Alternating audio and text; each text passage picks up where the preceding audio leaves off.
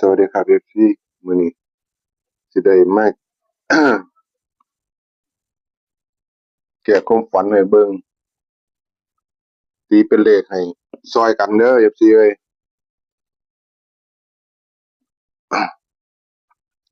คืนวันพระเมื่อคืนผ่านมากับคืนก่อนผ่านมาว่าสิบ่ได้อันนี้เนาะมันน่ะฝันซ้ำ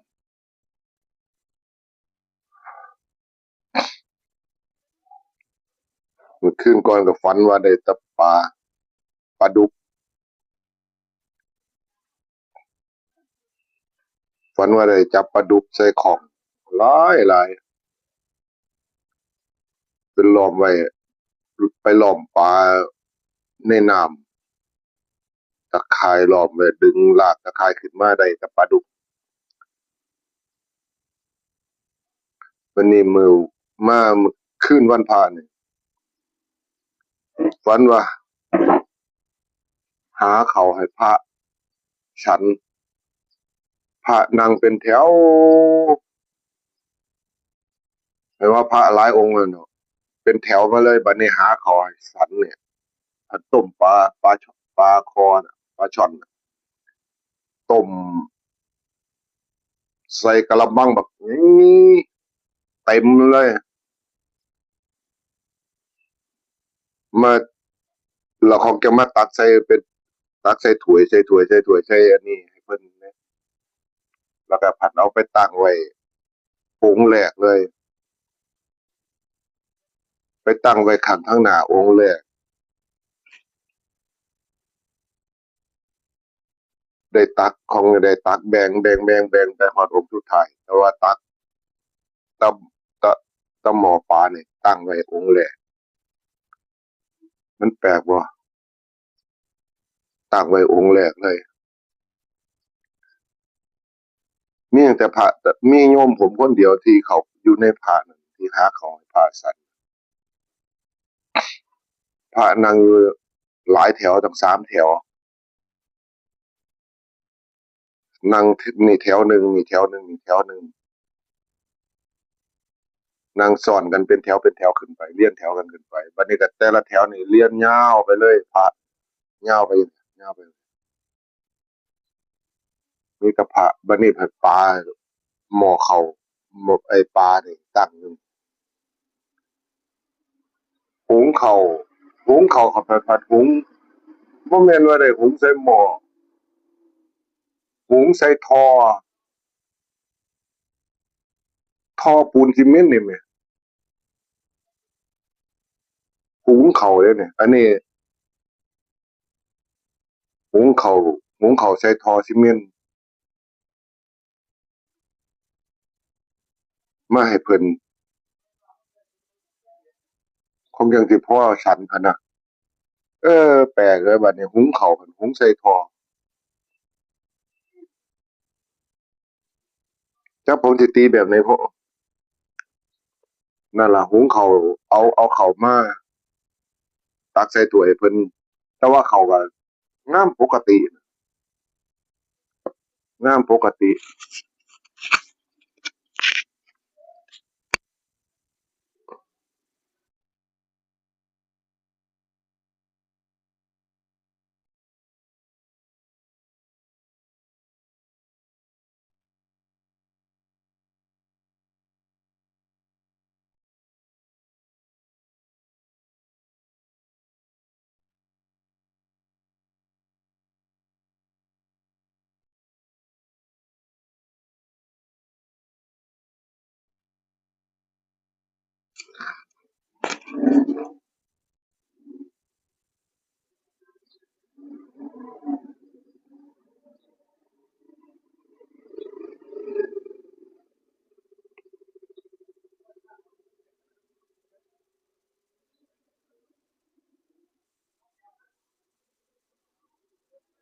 เดี๋ยวผมตี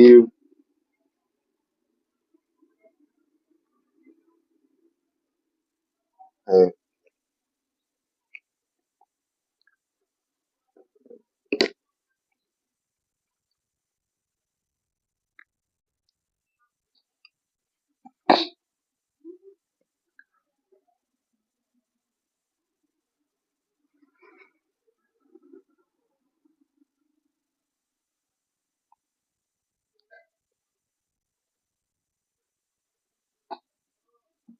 ปลาตีเป็น8พระตีเป็น9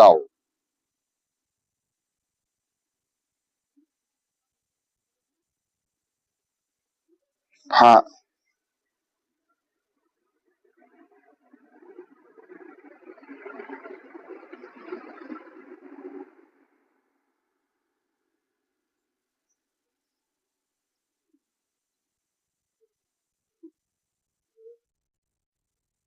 ผมสิตีเป็น2ขยัก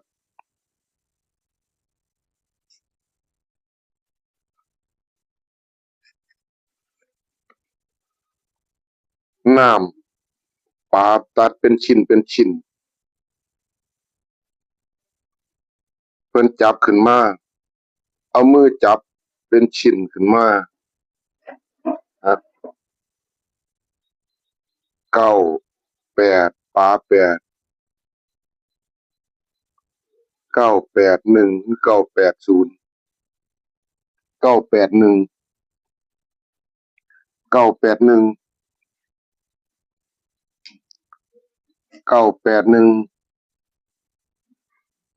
981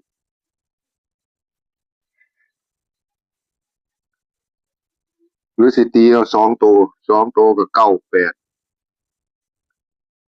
ภาค9บ่ได้วางไว้เลยวาง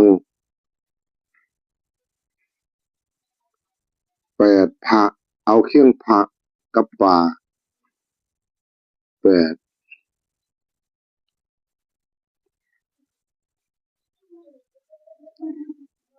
ปลา8พระ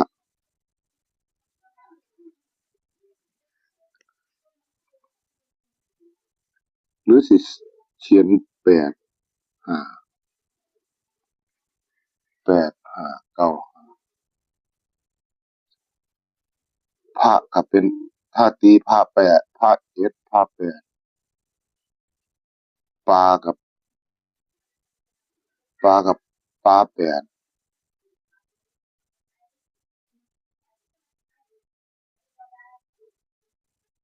ลา8กะละมังเป็นวงกลม58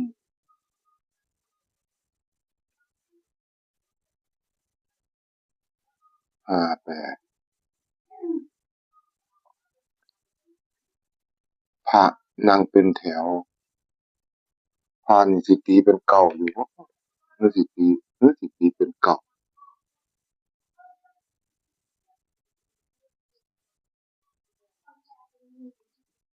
เป็นแถวกับพระก็หรือเลข10ตอง8ตอง9อีกซะมา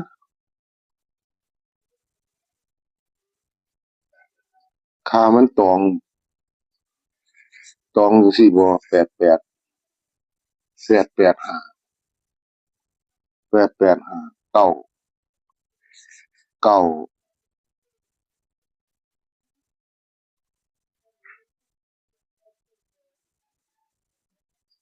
ตัวเจ้าของตัวผมเองตีเป็น5ปลา8พระ8พระ7พระ8พระ8พระ9 98 985หรือ889 985สรุปซ้ำนี้ล่ะเอา85มีเลข3คู่เลข3คู่นี่คู่หนึ่ง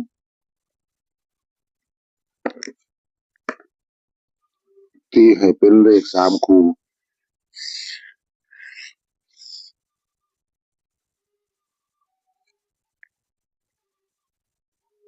ตีเป็นเลข3คู่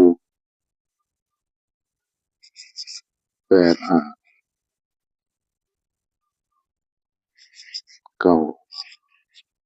85 95แล้วก็81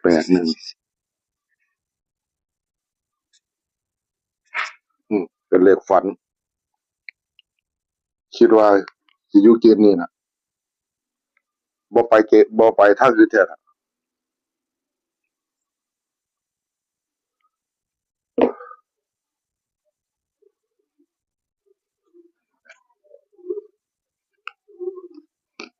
ได้หาข้าวหาน้ำให้พระฉันอยู่ปานนี้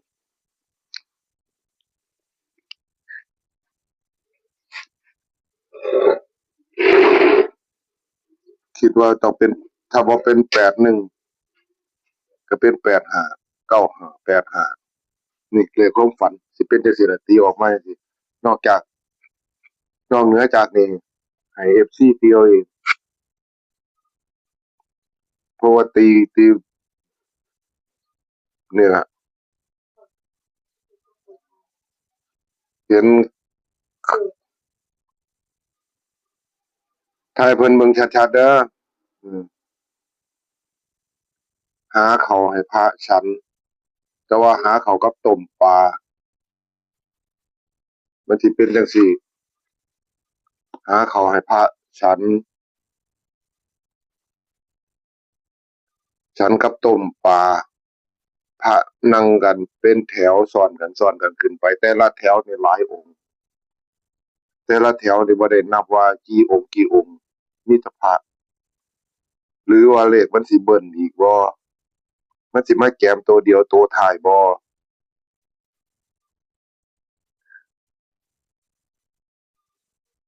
สิมาแกมตั้งแต่โตวผมบ่พระนั่งเป็นแถวถ้าพระเป็นตีเป็นเก้าก็99มาจั่งซี้บ่99 995แต่ว่าผมตีแค่ว่า985แล้วก็885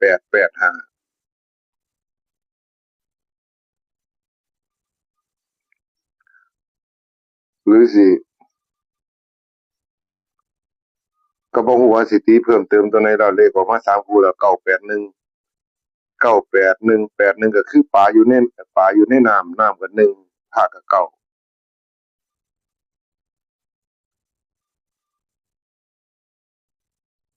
นี่ล่ะคือตัวกันก็สิมีส่ำนี้ล่ะเรื่องตัวกันตัวเอ่ยให้ตีไปหลายกว่านี้ก็คือสิเป็นไปบ่ได้เลขแคนๆอยู่นี่ก็85 95 8595หรือสิตี75ไว้นำ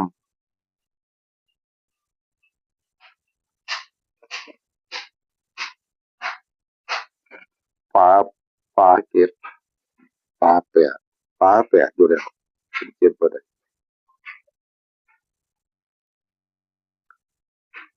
เพราะว่าเลขความฝันมันตีออกมาตีหลายมันก็ไปหลายถ้าต่อตีเอาส่ำนี้มันก็ได้ส่ำนี้นอกเหนือ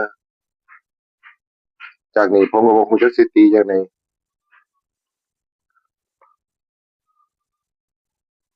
ก็นี่ล่ะมันก็มีอยู่ส่ำนี้เองอธิบายให้ฟังพระนั่งเป็นแถวหนึ่งจังซี่แถวหนึ่งจังซี่แถวหนึ่งแต่ละแถวเนี่ยแต่ละแถวเนี่ยก็เรียงกันไปจังซี่แถวเนี่ยก็เรียงกันไปจังซี่ตัวผมนี่ย่างอยู่ในกลางนี่มานี่มาเอาตักกับข้าวนี่ตักปลานี่ใส่ให้องค์แรก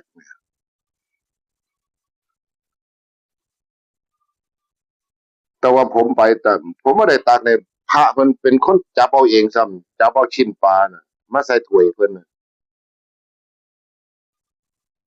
เอามือจับเอาชิ้นปลาก็มีแต่ชิ้นใหญ่ๆเด้ในกะละมังอะในไอ้นั่นน่ะที่กะละมังไอ้ที่เป็นหม้อกะละมังใหญ่ๆน่ะเอามือนี่ล่ะมันตีตัวเนี้ยมือจับเอาปลาเอาชิ้นปลาเอากับข้าวมาใส่ถ้วยสัน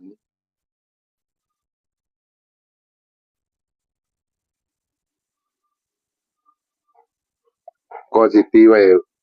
ว่า8 5มาจั่งใดมือมาจั่งใดนี่ปลาก็8มือก็5พระก็9หรือว่าพระก็สิตีเป็น8ก็8 8 5 9 8 5ถ้าว่ามี8 5 9 5ถ้าว่าปลาอยู่ในน้ำก็สิเป็น8กับ1ก็สิกันไว้ส่ำนั้นเอง81 91 9ถ้าสิเป็น91เป็นไปบ่ได้นอกจาก81สิมาจั่งซี้เองนี่คือที่มาของฝันเห็นปลาฝันว่าได้ปลาติดต่อกัน2 คืนแรกก็ฝันเห็นปลาเนี่ยได้อยู่เป็นปลาดุก จับปลาดุกใส่ตะข่องนี่ตั้งแต่ปลาดุกกับปลาดุกปลากับแปดมือก็หาอยู่แล้วตะข่องตัวนั้นอีก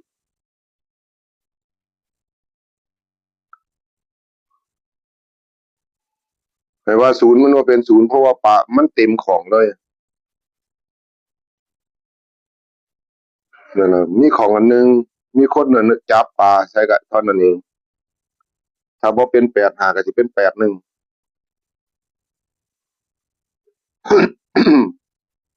เหมือนมาขึ้นวันพระเนี่ย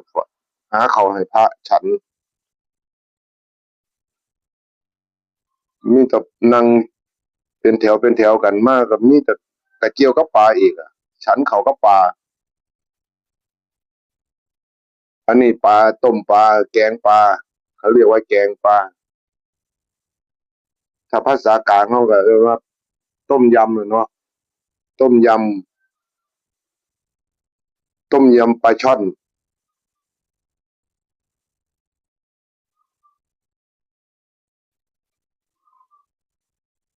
ได้ถวายพระนี่แหละ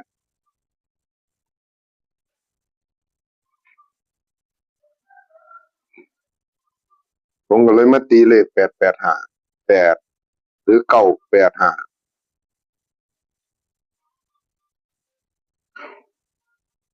เลข2 ตัวกับ8595กันไว้ก็คือ8 กับ 1คือ81เท่านั้นเองที่กัน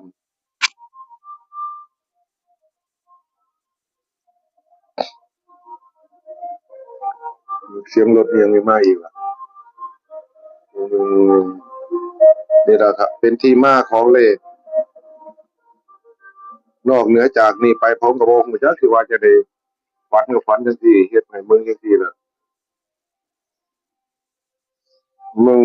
ให้เพิ่นเบิ่งชัดๆรอให้เพิ่นไปตีเอาชัดๆเบิ่งนี่คือเลขฝัน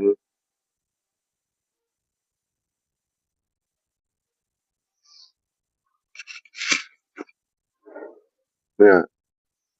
ให้ให้พากันตีเอาพี่น้อง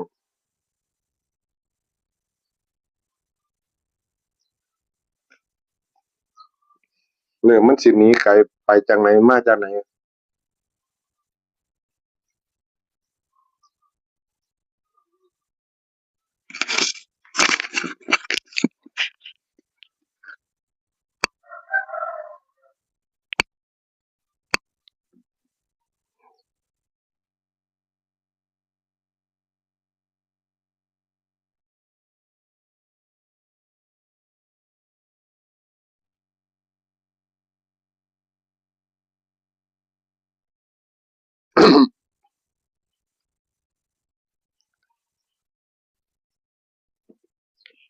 เบิ่งเชื่อว่าถ้ามันฝันซ้ำแบบนี้ก็คงจังว่ากันใหม่อีกคิดว่าบ่อันนี้ล่ะมั่นใจสุดๆเลยล่ะมื้อนี้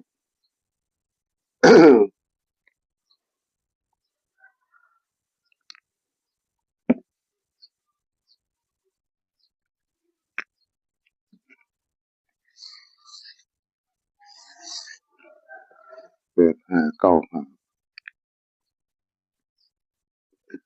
เลขถ้าบ่85ก็95มี2อย่างเท่านี้เองเดะ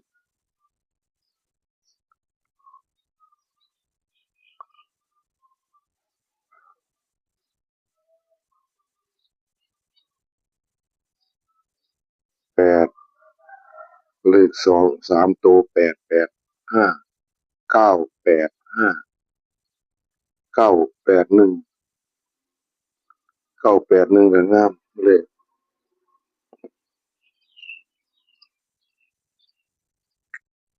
นี่981ที่กันไว้ที่กันไว้981มีเลข85กับ95ที่เตะตากับเขาในความฝันอย่างแรงก็คือ95กับ85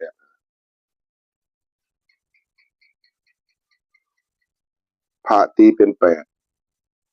ก็ก็แม่นตีเป็น9ก็แม่นปลามันก็8 มือเพิ่นจับเอาปลาก็ถ้าพระจับปลาก็ถ้าบ่อันนี้ลากนี่3คู่ก็ได้ลากนี่3คู่7 7 5 8 5 9 5เลขวันนี้นี่ครับนี่พอเลขฝันนี่เลขฝันนี่ต้องเป็นจังซี่แปลออกมาได้ส่ำนี้อยู่แล้ว7585 จับโยนหามาใส่ตัวเดียวเลยมาใส่7ใส่8ใส่9ระหว่าง7 75 85กับ95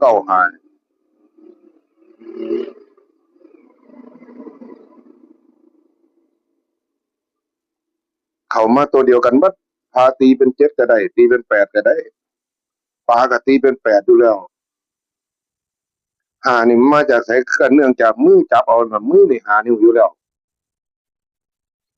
เพิ่นบ่ได้เอาช้อนตักเอามือจับเอาตอนปลาเอาชิ้นปลานี่มาใส่ถ้วยเอามาสันนี่ถ้าว่าปลาขึ้นแรกจับปลาใส่ของก็จับกับมือก็5 นิ้วอยู่แล้วมือก็5 นิ้วอยู่แล้วจับเอาปลาก็8อยู่แล้ว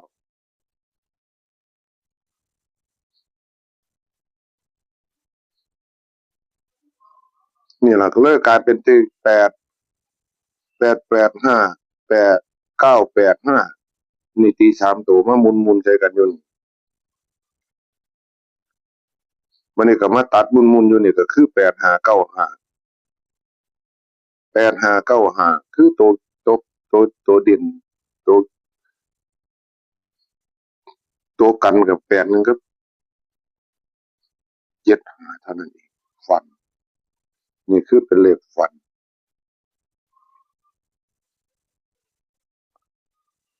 ฮะฮอดอันนี้แล้ววะนี่อันนี้ดีๆเด้อให้เพิ่นเบิ่งถนัดดูเลขบ่หนีนี่ดอก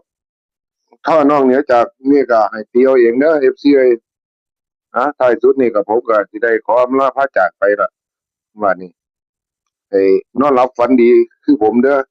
ตีเอาให้ได้ให้โชคให้หมานทุกผู้ทุกคนอืมครับผม ขอสวัสดีครับผมทุกผู้ทุกคนเด้อ